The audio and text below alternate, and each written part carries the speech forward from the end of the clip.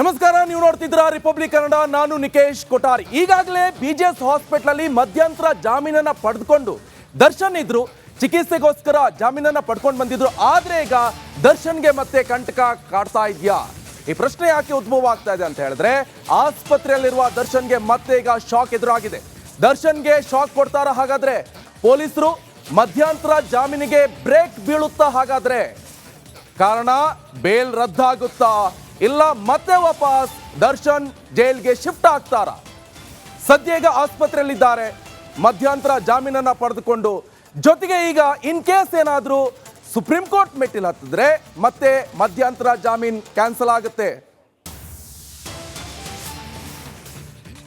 ಹಾಗಾದ್ರೆ ಯಾವ ಕಾರಣಕ್ಕೆ ಈ ಒಂದು ಮಧ್ಯಂತರ ಜಾಮೀನ್ ಕ್ಯಾನ್ಸಲ್ ಆಗುತ್ತೆ? ಬಹಳ ಇಂಪಾರ್ಟೆಂಟ್ ಆಗಿರುವಂತ ವಿಚಾರ. ಇಷ್ಟು ದಿವಸ ಗೃಹ ಇಲಾಖೆಯಿಂದ ಒಂದು ಒಪ್ಪಿಗೆ ಬೇಕಿತ್ತು. ಪೊಲೀಸ್ನವರು ಸುಪ್ರೀಂ ಕೋರ್ಟ್ಗೆ ಹೋಗುವಂತ ನಿಟ್ಟಿನಲ್ಲಿ ಒಂದಿಷ್ಟು ಪ್ಲಾನ್ಗಳನ್ನ ಮಾಡ್ಕೊಂಡಿದ್ರು. ಮಧ್ಯಂತರ ಬೇಲ್ ವಿರುದ್ಧ ಈಗ ಸುಪ್ರೀಂ ಕೋರ್ಟ್ ಮೇಲ್ಮನವಿಗೆ ಅನುಮತಿ ಕೊಟ್ಟಿದೆ ಗೃಹ ಇಲಾಖೆ. ಮಧ್ಯಂತರ ಬೇಲ್ ರದ್ದತಿಗೆ ಮೇಲ್ಮನವಿ ಸಲ್ಲಿಸ್ತೀವಿ ಅಂತ ಬೆಂಗಳೂರು ಪೊಲೀಸ್ ಆಯುಕ್ತ ಬಿ ದಯಾನಂದ್ ಹೇಳ್ತಿದ್ದಾರೆ. ಹಾಗಾದ್ರೆ ಇನ್ ಕೇಸ್ ಏನಾದ್ರೂ ಸುಪ್ರೀಂ ಕೋರ್ಟ್ ಆದೇಶ ಸಿಕ್ಕರೆ ಮಧ್ಯಂತರ ಬೇಲ್ ಕ್ಯಾನ್ಸಲ್ ಆಗಬಹುದು. ರೇಣುಕಾಸ್ವಾಮಿ ಕೊಲೆ ಪ್ರಕರಣಕ್ಕೆ ಸಂಬಂಧಪಟ್ಟ ಹಾಗೆ ಏನು ಒಬ್ಬ ಪ್ರಮುಖ ಆರೋಪಿಗೆ ಇಂಟರಿಮ್ ಬೇಲ್ ಕೊಡಲಾಗಿತ್ತು. ಅದಕ್ಕೆ ಸಂಬಂಧಪಟ್ಟ ಹಾಗೆ ಸರ್ವೋಚ್ಚ ನ್ಯಾಯಾಲಯದಲ್ಲಿ ಅಪೀಲನ್ನು ಸಲ್ಲಿಸಲಿಕ್ಕೆ ಸರ್ಕಾರದಿಂದ ಅನುಮತಿ ಸಿಕ್ಕಿದೆ. ಅದರ ಅಪೀಲನ್ನು ನಾವು ಎಲ್ಲ ಕ್ರಮಗಳನ್ನು ಅನುಸರಿಸಿ ಸರ್ವೋಚ್ಚ ನ್ಯಾಯಾಲಯದಲ್ಲಿ ಫೈಲ್ ಮಾಡಲಿದ್ದೇವೆ. ರೇಣುಕಾಸ್ವಾಮಿ ಕೊಲೆ ಪ್ರಕರಣಕ್ಕೆ ಸಂಬಂಧಪಟ್ಟ ಹಾಗೆ ಏನು ಒಬ್ಬ ಪ್ರಮುಖ ಆರೋಪಿಗೆ ಇಂಟರಿಮ್ ಬೇಲ್ ಕೊಡಲಾಗಿತ್ತು. ಅದಕ್ಕೆ ಸಂಬಂಧಪಟ್ಟ ಹಾಗೆ ಸರ್ವೋಚ್ಚ ನ್ಯಾಯಾಲಯದಲ್ಲಿ ಅಪೀಲನ್ನು ಸಲ್ಲಿಸಲಿಕ್ಕೆ ಸರ್ಕಾರದಿಂದ ಅನುಮತಿ ಸಿಕ್ಕಿದೆ. ಅದರ ಅಪೀಲನ್ನು ನಾವು ಎಲ್ಲ ಕ್ರಮಗಳನ್ನು ಅನುಸರಿಸಿ. ಈ ಬಗ್ಗೆ ಹೆಚ್ಚಿನ ಡೀಟೇಲ್ಸ್ ಅನ್ನು ಕೊಡ್ತಾರೆ ನಮ್ಮ ಪ್ರತಿನಿಧಿ ಮಾದೇಶ್. ನ್ಯೂಸ್ ಡೆಸ್ಕ್ ಇಂದ ನೇರ ಸಂಪರ್ಕದಲ್ಲಿ ಜಾಯ್ನ್ ಆಗಿದ್ದಾರೆ. ಮಾದೇಶ್, ಈಗ ಸದ್ಯ ಒಂದಿಷ್ಟು ಕ್ಯೂರಿಯಾಸಿಟಿ ಇರುವಂತದ್ದು, ಮಧ್ಯಂತರ ಜಾಮೀನು ಪಡ್ಕೊಂಡು ಬಂದಿರುವಂತ ದರ್ಶನ್ ಶಸ್ತ್ರಚಿಕಿತ್ಸೆ ಆಗಿಲ್ಲ. ಒಂದಿಷ್ಟು ರಿಪೋರ್ಟ್ಗಳು ಕೂಡ ಬಂದಿದೆ. ಆದರೆ ಸುಪ್ರೀಂ ಕೋರ್ಟ್ ಹೋಗೋಕೆ ಈಗಾಗಲೇ ಮೇಲ್ಮನವಿ ಸಲ್ಲಿಸುವಂತ ನಿಟ್ಟಿನಲ್ಲೂ ಕೂಡ ಪೊಲೀಸರು ಹರಸಾಹಸ ಪಟ್ಟಿದ್ರು. ಒಂದು ಕೂಡ ಈಗ ಅನುಮತಿ ಸಿಗ್ತಾ ಇದೆ ರಾಜ್ಯ ಸರ್ಕಾರದಿಂದ. ಜೊತೆಗೆ ಯಾವ ರೀತಿಯಾಗಿರುತ್ತೆ ಪ್ರೋಸೆಸ್? ಇನ್ ಕೇಸ್ ಏನಾದರೂ ಸುಪ್ರೀಂ ಕೋರ್ಟ್ ಇಂದ ಅನುಮತಿ ಸಿಕ್ಕರೆ ಮಧ್ಯಂತರ ಜಾಮೀನು ಕ್ಯಾನ್ಸಲ್ ಆದ್ರೆ ಮುಂದೇನು ಅಂತ? ನಿಕೇಶ್, ಈಗಾಗಲೇ ಚಿಕಿತ್ಸೆ ಪಡಿಬೇಕು, ಅದರಲ್ಲೂ ಕೂಡ ಬೆನ್ನಿನ ಸರ್ಜರಿಯನ್ನು ಮಾಡಬೇಕು ಅಂತೇಳಿ ಮಧ್ಯಂತರ ಜಾಮೀನು ಪಡೆದು ದರ್ಶನ್ ಚಿಕಿತ್ಸೆ ಪಡೆಯುವಂಥ ಕೆಲಸನ ಮಾಡ್ತಿದ್ದಾರೆ. ಆದರೆ 3 ವಾರಗಳಾಯಿತು, ಇಲ್ಲಿವರೆಗೂ ಕೂಡ ಅವರಿಗೆ ಚಿಕಿತ್ಸೆ ಕೊಡ್ತಿದ್ದಾರೆ.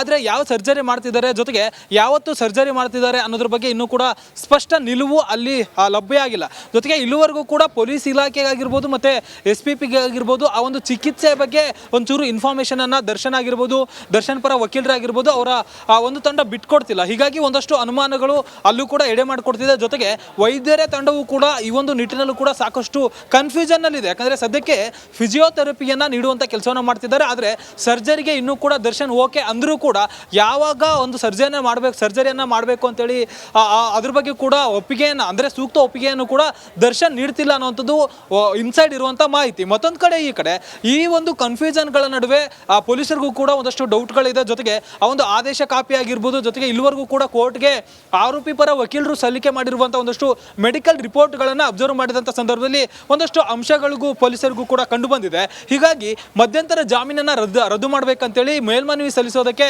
ಸುಪ್ರೀಂ ಕೋರ್ಟ್ ಮೊರೆ ಹೋಗೋದಕ್ಕೆ ಈಗಾಗಲೇ ಪೊಲೀಸ್ ಇಲಾಖೆ ತಯಾರಾಗಿದೆ. ಆ ಒಂದು ನಿಟ್ಟಿನಲ್ಲಿ ಇಷ್ಟು ದಿನಗಳ ಕಾಲ ಗೃಹ ಇಲಾಖೆಯಿಂದ ಒಂದು ಅನುಮತಿಯನ್ನು ಪಡೆಯೋದಕ್ಕೆ ಅಂತೇಳಿ ಗೃಹ ಇಲಾಖೆಗೆ ಮನವಿ ಮಾಡುವಂಥ ಕೆಲಸವನ್ನು ಪೊಲೀಸ್ ಇಲಾಖೆ ಮಾಡಿತ್ತು. ಈಗ ಅಫಿಷಿಯಲಿ ಗೃಹ ಇಲಾಖೆಯಿಂದ ಪೊಲೀಸ್ ಇಲಾಖೆಗೆ ಮೇಲ್ಮನವಿ ಸಲ್ಲಿಸೋದಕ್ಕೆ ಗ್ರೀನ್ ಸಿಗ್ನಲ್ ಸಿಕ್ಕಿದೆ. ಹೀಗಾಗಿ ಮುಂದಿನ ಹಂತದಲ್ಲಿ ಮೇಲ್ಮನವಿಯನ್ನು ಸಲ್ಲಿಸೋದಕ್ಕೆ ಎಲ್ಲ ರೀತಿಯಾದಂತಹ ಸಿದ್ಧತೆಯನ್ನ ಮಾಡಿಕೊಳ್ಳುವಂತ ಕೆಲಸವನ್ನು ಮಾಡಲಾಗಿದೆ. ಇಲ್ಲಿವರೆಗೂ ಕೂಡ ಆ ಒಂದು ಬಂದಿರುವಂತಹ ಆದೇಶ ಆಗಿರ್ಬೋದು, ದರ್ಶನ್ಗೆ ಇಲ್ಲಿವರೆಗೂ ಕೂಡ ಚಿಕಿತ್ಸೆ ಆಗಿದೆ, ಲಾಸ್ಟ್ ಟೈಮ್ ಸಬ್ಮಿಟ್ ಮಾಡಿರುವಂತಹ ಒಂದು ಚಿಕಿತ್ಸೆ ವರದಿ ಆಗಿರ್ಬೋದು, ಎಲ್ಲವನ್ನು ಕೂಡ ಈಗಾಗಲೇ ರಘುಪತಿ ಅವ್ರಿಗೂ ಕೂಡ, ಅಂದ್ರೆ ಸುಪ್ರೀಂ ಕೋರ್ಟ್ ನಲ್ಲಿ ವಾದ ಮಂಡಿಸೋದಕ್ಕೆ ಈಗಾಗಲೇ ಸರ್ಕಾರದ ಪರವಾಗಿ ರಘುಪತಿ ಎಂಬ ಅಡ್ವೊಕೇಟ್ ನನ್ನು ಕೂಡ ನೇಮಕ ಮಾಡುವಂತ ಕೆಲಸವನ್ನು ಮಾಡಲಾಗಿದೆ.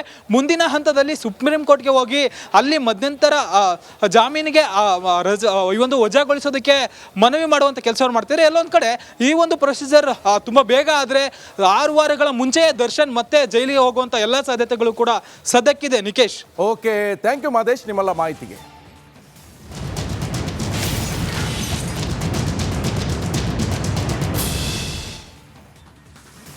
ನೋಡಿ, ಮಹಾ ದುರಂತ ಅಂತ ಹೇಳಿದ್ರೆ ಈಗ ರಾಷ್ಟ್ರದ ರಾಜಧಾನಿ ದೆಹಲಿಯಲ್ಲಿ ಉಸಿರಾಡಕ್ಕೂ ಕೂಡ ಕಷ್ಟ ಆಗ್ತಾ ಇದೆ.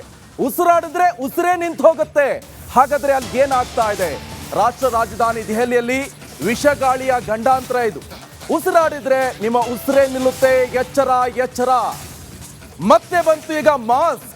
ಜನರೇ ಅನ್ಸೇಫ್. ಜನ ಓಡಾಡೋದು ಕೂಡ ಕಷ್ಟ ಆಗ್ತಾ ಇದೆ, ಉಸಿರಾಡೋದು ಕೂಡ ಕಷ್ಟ ಆಗ್ತಾ ಇದೆ. ದಿನ ಕಳೀತಾ ಇದ್ದಂತೆ ಮತ್ತಷ್ಟು ಕಲುಷಿತವಾಗ್ತಾ ಇದೆ ಗಾಳಿ. ಶಾಲಾ ಮಕ್ಕಳಿಗೆ ಆನ್ಲೈನ್ ತರಗತಿಗಳು ಕೂಡ ಈಗ ಫಿಕ್ಸ್ ಆಗ್ತಾ ಇದೆ.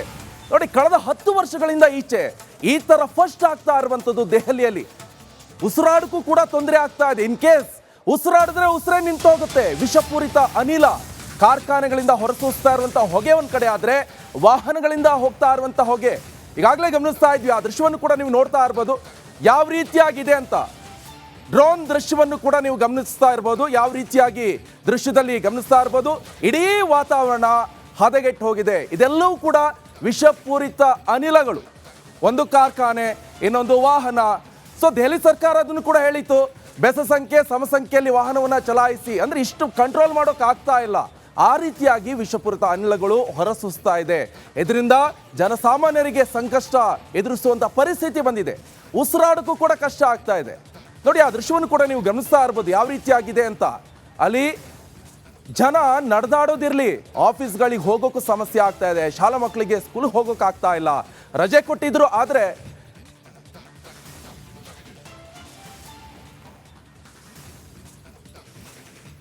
ನೋಡಿ ಆ ದೃಶ್ಯವನ್ನು ಕೂಡ ನೀವು ನೋಡ್ತಾ ಇರ್ಬೋದು. ಒಂದು ನವದೆಹಲಿ, ಇನ್ನೊಂದು ಗುರುಗ್ರಾಮ, ಇನ್ನೊಂದು ಅಮೃತಸರ. ಆ ಮೂರೂ ದೃಶ್ಯವನ್ನು ನೋಡ್ತಾ ಇರ್ಬೋದು.